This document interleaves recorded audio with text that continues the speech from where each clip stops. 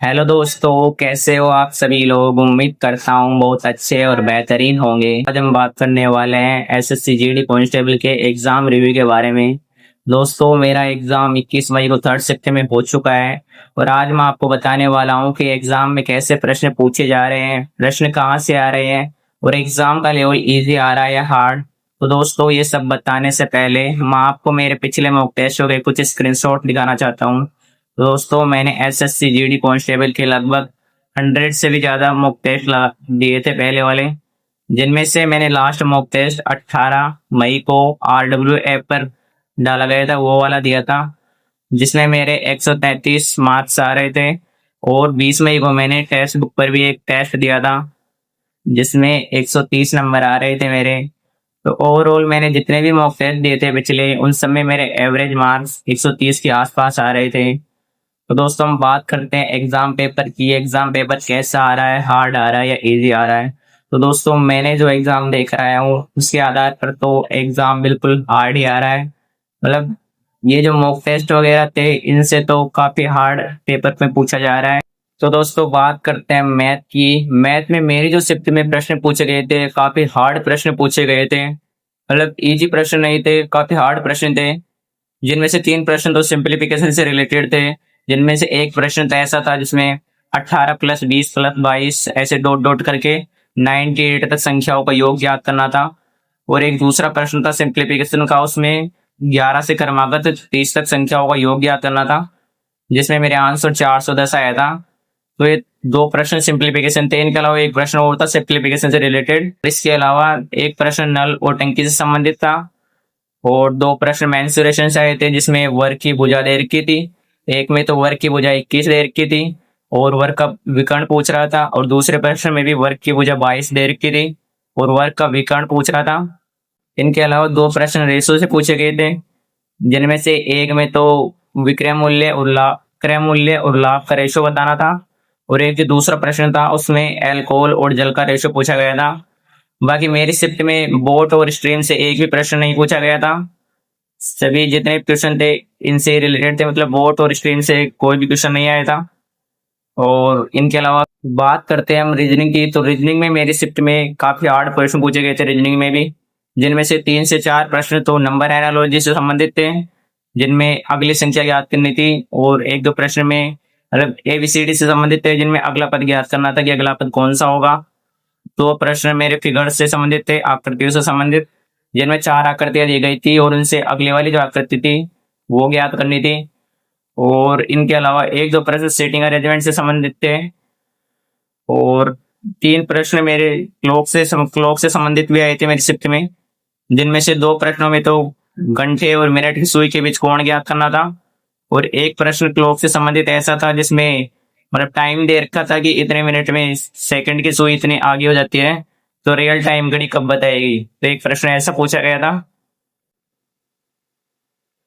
Reasoning में तो यही प्रश्न पूछे गए थे मेरी शिफ्ट में, और बाकी जो प्रश्न थे 1-2 प्रश्न वो मेरे को याद भी नहीं कैसे पूछे गए थे। बाकी जितना याद था उतना मैंने आप लोगों को बता दिया है। और इसके अलावा अगर हम बात करें हिंदी की, तो हिंदी में मेरे एक प्रश्न तो विलोम से रिलेटेड आया था, जिसमें उपस्थित का विलोम बताना था, जो कि आप सभी लोग जानते हो। और 3 प्रश्न मेरे वर्तनी से संबंधित थे, जिनमें वर्तनी बतानी थी, जिनमें से एक तो संस्कार की शुद्ध वर्तनी बतानी थी, एक झाड़ू की शुद्ध वर्तनी बतानी थी, और एक एक लुढ़कना की शुद्ध वर्तनी बतानी थी। तो ये 3 प्रश्न मेरे वर्तनी से संबंधित आए थे। एक प्रश्न पारिभाषिक शब्दावली से संबंधित था, जिसमें दंड देना का अंग्रेजी मीनिंग बताना था। और बाकी मेरे जो गद्यांश आया था मेरे शिफ्ट में, वो 3 लाइन का ही गद्यांश था और 5 प्रश्न गद्यांश से ही मिल रहे थे। तो हिंदी तो थोड़ी मेरे को इजी लगी, मतलब एवरेज हर स्टूडेंट 17 से 18 प्रश्न आसानी से कर रहा था, और मेरे भी 19 या 20 के आसपास हिंदी में सही हो जाएंगे। और बाकी हिंदी में तो ऐसा कोई हार्ड प्रश्न आया भी नहीं था, इजी थे। तत्सम वगैरह से थे, तत्सम से पर्यायवाची से, इनसे तो मेरे शिफ्ट में प्रश्न पूछा नहीं गया। तो मैं जो भी बता रहा हूँ मैं आपको ये डराने के लिए नहीं बता रहा हूँ। जो चीज मेरी शिफ्ट में मेरे से प्रश्न पूछे गए थे, मैं एग्जैक्ट वही प्रश्न आपको बता रहा हूँ।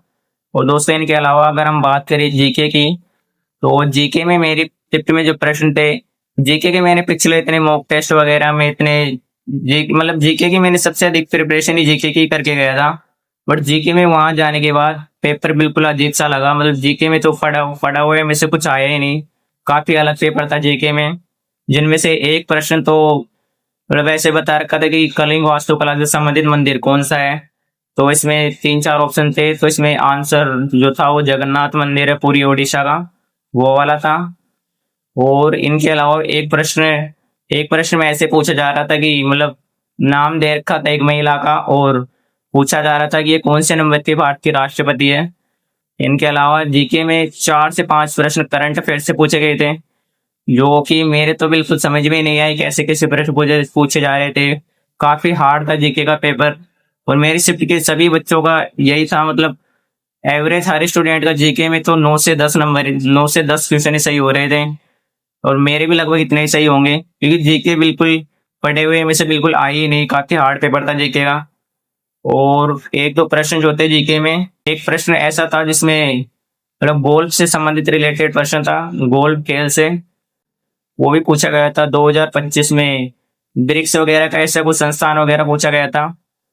और एक प्रश्न था जिसमें मंत्रालय से संबंधित ही पूछा गया था कि कौन सा मंत्रालय करता है ये कार्य, तो उसमें वो कार्य गृह मंत्रालय करता था। और जीके काफी हार्ड था मेरी शिफ्ट में। काफी हार्ड प्रश्न पूछे गए जीके में, और ओवरऑल पेपर भी काफी हार्ड आया था मेरा। दोस्तों मैंने पिछले कम से कम 100 के आसपास मैंने मॉक टेस्ट दे रखे थे। RWA के भी मैंने जो अभी ये मॉक टेस्ट कर रहे थे 1 मई को, 5 मई को, ये सभी मॉक टेस्ट मैंने दिए थे, और इनके भी लगभग सभी प्रश्न मैंने अच्छे से याद करके गया था। और जीके की मैंने सबसे अधिक प्रिपरेशन ही जीके की थी। बट वहां पर पेपर में जाने के बाद पता नहीं जीके में क्या हुआ, कोई भी प्रश्न ऐसा लग ही नहीं रहा था कि पढ़ा पढ़ा हुआ वो उसमें से आया हो। बाकी जीके काफी हार्ड थी, और मैं शिफ्ट में मैथ और जीके सबसे हार्ड लगी मेरे को। दोस्तों अगर आप भी एग्जाम देने जाने वाले हो तो करंट अफेयर्स जरूर पढ़ के जाना। बाकी ये होते हैं ना शास्त्रीय नृत्य वगैरह, एक प्रश्न था जो भरतनाट्यम से ऐसे कुछ रिलेटेड था, भरतनाट्यम वगैरह से, ओडिसी ओडिसी नृत्य से। बाकी स्टैटिक से बिल्कुल भी प्रश्न नहीं आए। मैंने स्टैटिक की काफी बड़ी बड़ी मैराथन लेकर भी गया था मैं, बट स्टैटिक से कोई ऐसा प्रश्न पूछा ही नहीं गया। तो दोस्तों मैं मेरे पेपर की अगर ओवरऑल बात करूँ तो ओवरऑल मेरे 62 से 65 के बीच प्रश्न सही हो जाएंगे, क्योंकि मेरे एक प्रश्न तो मैथ में गलत हो गया जो कि सिंप्लीफिकेशन से रिलेटेड था। बाकी एक प्रश्न मेरे हिंदी में भी गलत हुआ है, ढूंढकना की जो वर्तनी थी वो वर्तनी मेरे से गलत हो गई है। बाकी अगर आप एग्जाम देने जाने वाले हो तो हिंदी में पत्राचार से रिलेटेड थे 2-3 प्रश्न तो, और बाकी शब्दावली से भी मेरी स्थिति में तो ऐसे कोई प्रश्न पूछे नहीं गए। और गद्यांश इजी आया था हिंदी में तो। बट जीके और मैथ की आप अच्छे से प्रिपरेशन करके जाना, क्योंकि ये दोनों सब्जेक्ट काफी हार्ड आई थी मेरी शिफ्ट में। और दोस्तों अगर आप एग्जाम देने जाने वाले हो तो आपको मेरी तरफ से ऑल द बेस्ट। बाकी एग्जाम देने के बाद ही आपको पता लगेगा पेपर कैसा आ रहा है। बट मेरी जो शिफ्ट में प्रश्न पूछे गए थे मैंने आपको सारे बता दिए हैं, और ऐसे रिलेटेड प्रश्न पूछे जा रहे थे। बट पिछली जितने भी मैंने कम से कम 40 से 50 एग्जाम के रिव्यू देख कर गया था मैं, लड़कों के यूट्यूब पर जो डाल के थे, बट उनसे रिलेटेड कोई प्रश्न मेरी शिफ्ट में पूछा ही नहीं गया। मेरे तो काफी अलग जीके में और मैथ में काफी अलग प्रश्न पूछे गए। दोस्तों ये था मेरे एग्जाम का रिव्यू, और ओवरऑल मेरे 62 से 65 के बीच प्रश्न सही हो जाएंगे। तो दोस्तों मॉक टेस्ट वगैरह और एग्जाम रिव्यू से संबंधित ऐसी रिलेटेड जानकारी के लिए मेरे चैनल को जरूर सब्सक्राइब कर लेना। बाकी मिलते हैं अगली वीडियो में, तब तक के लिए टेक केयर। जय हिंद, जय भारत।